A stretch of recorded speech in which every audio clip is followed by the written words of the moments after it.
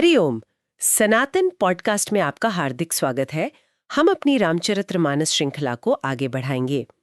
आज हम लंका कांड के उस मोड़ पर आ पहुंचे हैं जहां श्री राम और रावण के बीच का जो महायुद्ध है वो अपने चरम पर है।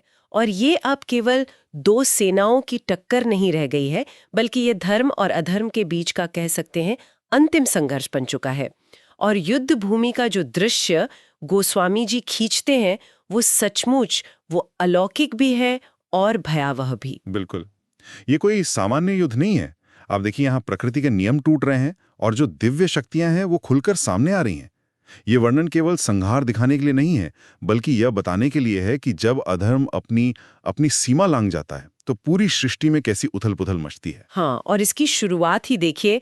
तुलसीदास जी लिखते हैं, जोगिनी भरी भरी खप्पर संचही, भूत पिसाच बधु नभ नंचही, भट्ट कपाल करताल बजावही, चामुंडा नाना विधि गावही। इस कल्पना की गहराई देखिए। युद्ध भूमि में योगिनियां हैं जो वीरों के रक्त से अपने खप्पर भर रही हैं, और भूत पिशाचों की पत्नियां जो सामान्यतः अदृश्य रहती हैं वो आकाश में नृत्य कर रही हैं। हाँ। और स्वयं महाकाली का स्वरूप चामुंडा देवियां वो वीरों की खोपड़ियों को हाथों में लेकर करताल की तरह बजा रही हैं और गीत गा रही हैं। ये दृश्य बताता है कि संहार इतना भीषण है कि संहार की शक्तियां स्वयं उत्सव मना रही हैं। जी। और ये तो बस शुरुआत है।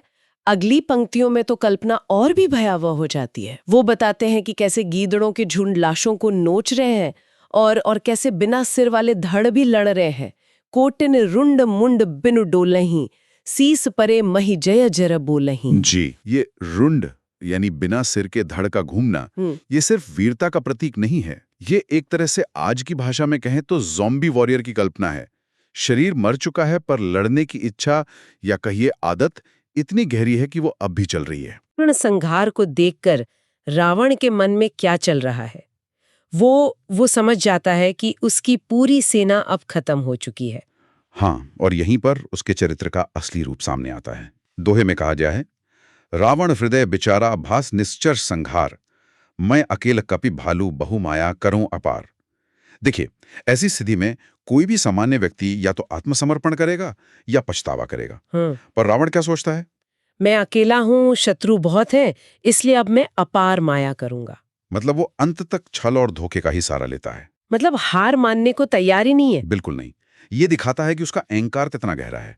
वो हार स्वीकार नहीं कर सकता, भले ही उसे अधर्म के और गहरे गड्ढे में उतरना पड़े। एक तरफ तो ये रावण है जो माया का विचार कर रहा है, और दूसरी तरफ आकाश में देवता हैं जो प्रभु श्री राम को पैदल युद्ध करते देख रहे हैं।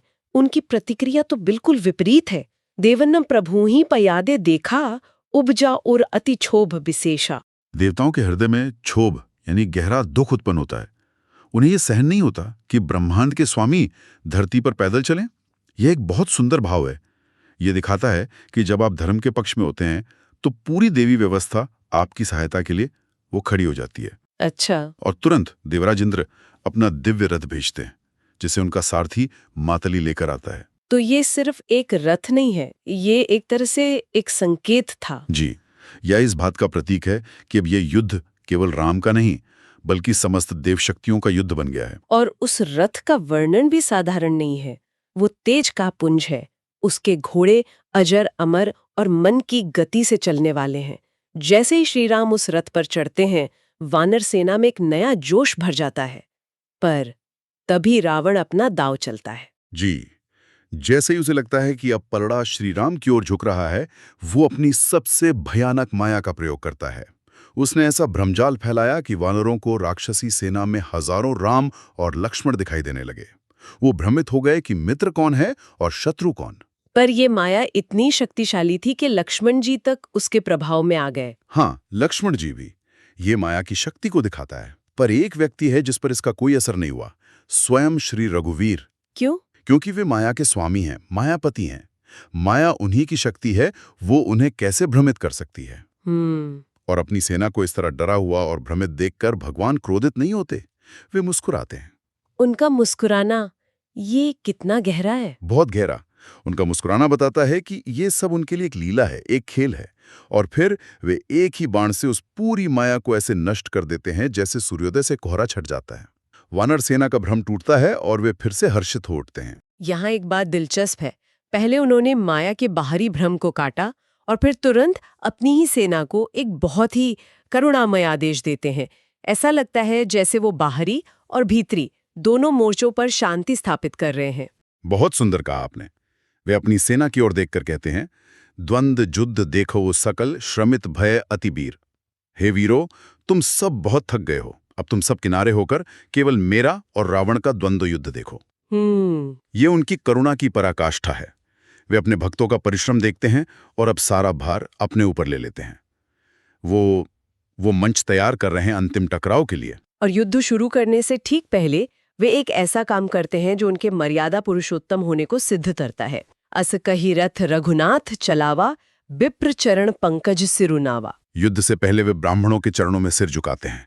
सोचिए, त्रिलोक के स्वामी जिनके रथ पर इंद्र का सारथी है, वे युद्ध से पहले पृथ्वी के ब्राह्मणों को प्रणाम कर रहे हैं। सही बात है। ये धर्म और मर्यादा का सर्वोच्च सम्मान है। और ठीक इसी समय दूसरी ओर से क्रोध में गरजता हुआ रावण आता है। दोनों के चरित्र का अंतर एक ही क्षण में स्पष्ट हो जाता है। रावण आते ही प्रभु को ललकारना शुरू कर देता है। वो कहता है, हे तपस्वी, तुमने जिन खरदूषण या बाली को मारा है, मैं उनके जैसा नहीं हूं। मैं वो रावण हूं जिसके यहाँ लोकपाल भी बंदी हैं। मुझे एक बात समझ नहीं आती। रावण जानता है कि वो भगवान से लड़ रहा है, फिर भी वो उन्हें तपस्वी कहकर ताना क्यों मार रहा है? क्या ये सिर्फ उसका अहंकार है? ये बहुत अच्छा प्रश्न है। ये केवल अहंकार नहीं है, यह जानबूझकर श्री राम के दिव्य रूप को नकारने की कोशिश है। अगर वो मान ले कि सामने साक्षात नारायण खड़े हैं, तो वो लड़ ही नहीं पाएगा। उसका अहंकार उसे लड़ने के लिए विवश कर रहा है, और लड़ने के लिए उसे श्री राम को एक साधारण तपस्वी के रूप में देखना जरूरी है। अच्छा, ये एक तरह का मनोवैज्ञानिक बचाव है। इस पर श्रीराम की प्रतिक्रिया तो और भी अद्भुत है। वे क्रोधित नहीं होते। सुनी दुर्वचन काल बस जाना, बेहस्य बचन कही कृपा निधाना, सत्य सत्य सब तव प्रभुताई, जल्प सिजने दिखाओ मनुसाई। कृपा निधान श्री राम समझ जाते हैं कि ये काल के वश में है, इसकी मृत्यु निकट है, इसीलिए ऐसी बातें कर रहा है। वो विनाशकाले विपरीत बुद्धि। वे हंसकर कहते हैं, हाँ, तुम्हारी सारी बातें सच हैं, तुम बहुत शक्तिशाली हो, पर अब बातें मत करो, अपना पुरुषार्थ दिखाओ। वो उसे एक तरह से चुनौती देते हैं। और इसके बाद प्रभु उसे नीति का एक ऐसा उपदेश देते हैं जो सिर्फ रावण के लिए नहीं, हम सबके लिए है। गुलाब, आम और कटहल का उदाहरण। ये बात बहुत गहरी है। बहुत गहरी। प्रभु कहते हैं कि पुरुष 3 तरह के होते हैं। पहले, गुलाब की तरह, जो सिर्फ फूल देता है, फल नहीं। ये वो लोग हैं जो केवल बातें करते हैं, डींगे हाँकते हैं, पर करते कुछ नहीं। अच्छा। दूसरे, आम की तरह, जो पहले फूल देता है, फिर फल। ये वो लोग हैं जो कहते भी हैं और उसे करते भी हैं। और तीसरे, कटहल की तरह। हाँ, तीसरे जो श्रेष्ठ पुरुष हैं, वो कटहल की तरह हैं, जिसमें फल पहले आता है और फूल अदृश्य रूप से अंदर ही रह जाता है। ये वो लोग हैं जो कहते कुछ नहीं, सिर्फ करके दिखाते हैं। श्री राम रावण को बता रहे हैं कि तुम पहली श्रेणी के गुलाब हो, जो सिर्फ बातें कर रहा है, और सच्चा वीर तो कटहल की तरह होता है। ये सिर्फ एक उपदेश नहीं, ये कर्म योग का सिद्धांत है। इस पर रावण का अहंकार और भड़क जाता है। वो कहता है, मुझे ज्ञान सिखा रहे हो? लगता है अब जान प्यारी लगने लगी है। और ये कहकर वो बाणों की वर्षा शुरू कर देता है। और फिर दिव्य अस्त्रों का युद्ध शुरू होता है। रावण जो भी अस्त्र शस्त्र चलाता है, प्रभु उसे लीलापूर्वक काट देते हैं। और तुलसीदास जी एक अद्भुत उपमा देते हैं। कौन सी? निफल होही रावण सर कैसे, खल के सकल मनोरथ जैसे। रावण के बाण वैसे ही निष्फल हो रहे हैं जैसे किसी दुष्ट, दूसरों का बुरा चाहने वाले व्यक्ति के सारे मनोरथ अंत में निष्फल हो ही जाते हैं। ये उपमा तो आज भी कितनी सटीक बैठती है। बिल्कुल। युद्ध में एक क्षण आता है जब प्रभु परम क्रोध को प्राप्त होते हैं। वो तब होता है जब रावण इंद्र के सारथी मातले पर 100 बाण मारकर उसे घायल कर देता है। हाँ, पर यहाँ ये समझना जरूरी है कि ये हमारा आपका वाला क्रोध नहीं है जो अहंकार या स्वार्थ से जन्म लेता है। ये एक दिव्य क्रोध है। ध्यान दीजिए, क्रोधित होने से पहले प्रभु क्या करते हैं? राम कृपा करी सूत उठावा। पहले वे कृपा करके अपने सारथी को उठाते हैं, उसे स्वस्थ करते हैं। अच्छा। और फिर वे परम क्रोध को प्राप्त होते हैं। उनका क्रोध अपने लिए नहीं, अपने भक्त की पीड़ा देखकर आता है। ये करुणा से जन्मा क्रोध है। और उस क्रोध का प्रभाव पूरे ब्रह्मांड पर पड़ता है। धनुष की टंकार से मंदोदरी का हृदय कांपता है। समुद्र, पृथ्वी, पर्वत सब कांप उठते हैं। जी, दिशाओं के हाथी पृथ्वी को दांतों से पकड़ लेते हैं कि कहीं फट न जाए। ये एक कॉस्मिक रीसेट बटन जैसा है। बिल्कुल। और इस क्रोध के बाद प्रभु कान तक धनुष खींचकर भयानक बाण छोड़ते हैं जो रावण के सारथी, घोड़ों और रथ को नष्ट कर देते हैं। फिर वे सीधे रावण के 10 सिरों और 20 भुजाओं पर प्रहार करते हैं। 30 तीर रघुबीर पबारे, भुजनी समेत सीस मही पारे। जी। और फिर वो अद्भुत और रहस्यमयी घटना होती है। काटत ही पुनि भय नवीने, राम बहोरी भुजा सिर छीने। प्रभु जैसे ही उसकी भुजाओं और सिरों को काटते हैं, वे तुरंत फिर से नए उगाते हैं। ये तो कमाल है। मतलब वो सिर काट रहे हैं और वो वापस उग रहे हैं। ये किसी वीडियो गेम के बॉस जैसा लग रहा है। तुलसीदास जी यहाँ सिर्फ एक चमत्कार दिखा रहे हैं या इसका कोई गहरा मतलब है? आपने बिल्कुल सही पकड़ा। ये इस पूरे प्रसंग का सार है, उसका सबसे बड़ा गूढ़ अर्थ। गोस्वामी जी कहते हैं, पुण्य पुण्य प्रभु काटत भुज सीसा, अति कौतुकी कोसलाधीसा। प्रभु के लिए तो ये कौतुक है, एक लीला है, लेकिन हमारे लिए इसमें एक बहुत गहरा आध्यात्मिक संदेश छिपा है जो अगले दोहे में खुलता है। कौन सा दोहा? जिमी जिमी प्रभु हर तांसु सिर, तिमि तिमि होई अपार, सेवत विषय विवर्ध जिमे, नित नित नूतन मार। ये दोहा हमें युद्ध भूमि से उठाकर सीधे हमारे मन के भीतर ले आता है।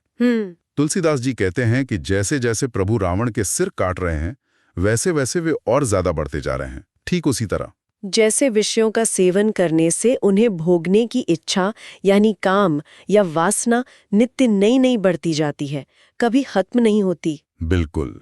इसका मतलब रावण के ये 10 सिर हमारी अनगिनत इच्छाओं और वासनाओं के प्रतीक हैं। सटीक।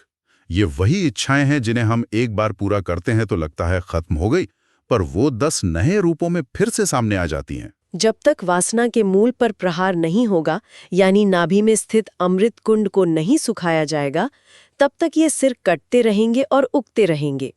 यह युद्ध बाहरी नहीं, भीतरी है। और अपने सिरों को इस तरह बढ़ते देख रावण की क्या प्रतिक्रिया होती है? वो तो और अभिमानी हो जाता है। 10 मुख देखि सिर निके बाढ़ी, विसरा मरण भई रिस दाढ़ी। यही तो अज्ञान की पराकाष्ठा है। वह अपने इस अजेय होने के भ्रम को अपनी शक्ति मान लेता है। उसे लगता है कि वह अमर है। और इस झूठे आत्मविश्वास में वह क्रोध से भरकर अपने 10 धनुषों पर एक साथ बाण चढ़ाकर प्रभु की ओर दौड़ता है। और फिर वो अपने अहंकार का अंतिम प्रदर्शन करता है। समर भूमि 10 कंधर कोप्यो, वर्षिबान रघुपति रथ तोप्यो, दंड एक रथ देखी न पर्यो, जनु निश्यार महु दिनकर दुर्यो। वो बाणों की ऐसी वर्षा करता है कि एक घड़ी के लिए श्री राम का रथ पूरी तरह से ढक जाता है और दिखना बंद हो जाता है, ठीक वैसे ही जैसे घने कोहरे में सूर्य छिप जाता है। यह अधर्म का अंतिम और सबसे भीषण प्रहार था। तो आज के लिए यहीं रुकते हैं, इस सवाल के साथ कि इस मायावी अंधकार को भेद कर प्रभु श्री राम विजय का सूर्योदय कैसे करते हैं। आज की चर्चा में हमने न केवल युद्ध के मैदान का भयानक दृश्य देखा, बल्कि रावण के अहंकार और प्रभु श्री राम की लीला के पीछे छिपे गहरे मनोवैज्ञानिक और आध्यात्मिक अर्थों को भी समझने की कोशिश की। और सबसे महत्वपूर्ण बात जो आज हम सब साथ लेकर जा सकते हैं, वो रावण के सिरों और हमारी अपनी विषय वासनाओं के बीच की समानता है। ये हमें सोचने पर मजबूर करता है कि हमारे जीवन में वो कौन सी इच्छाएं हैं जो एक रावण के सिर की तरह हैं, जिन्हें हम बार बार काटते हैं पर वो फिर उगाती हैं, और उनका असली अमृत कुंड कहाँ छिपा है। ये एक ऐसा विचार है जिसे श्रोताओं को अपने जीवन के संदर्भ में सोचना चाहिए। तो हमें आशा है कि आपको हमारी आज की चर्चा पसंद आई होगी। सनातन धर्म से संबंधित ऐसी ही और चर्चाओं के लिए हमारे चैनल को अवश्य सदस्यता लें। धन्यवाद। जय श्री राम।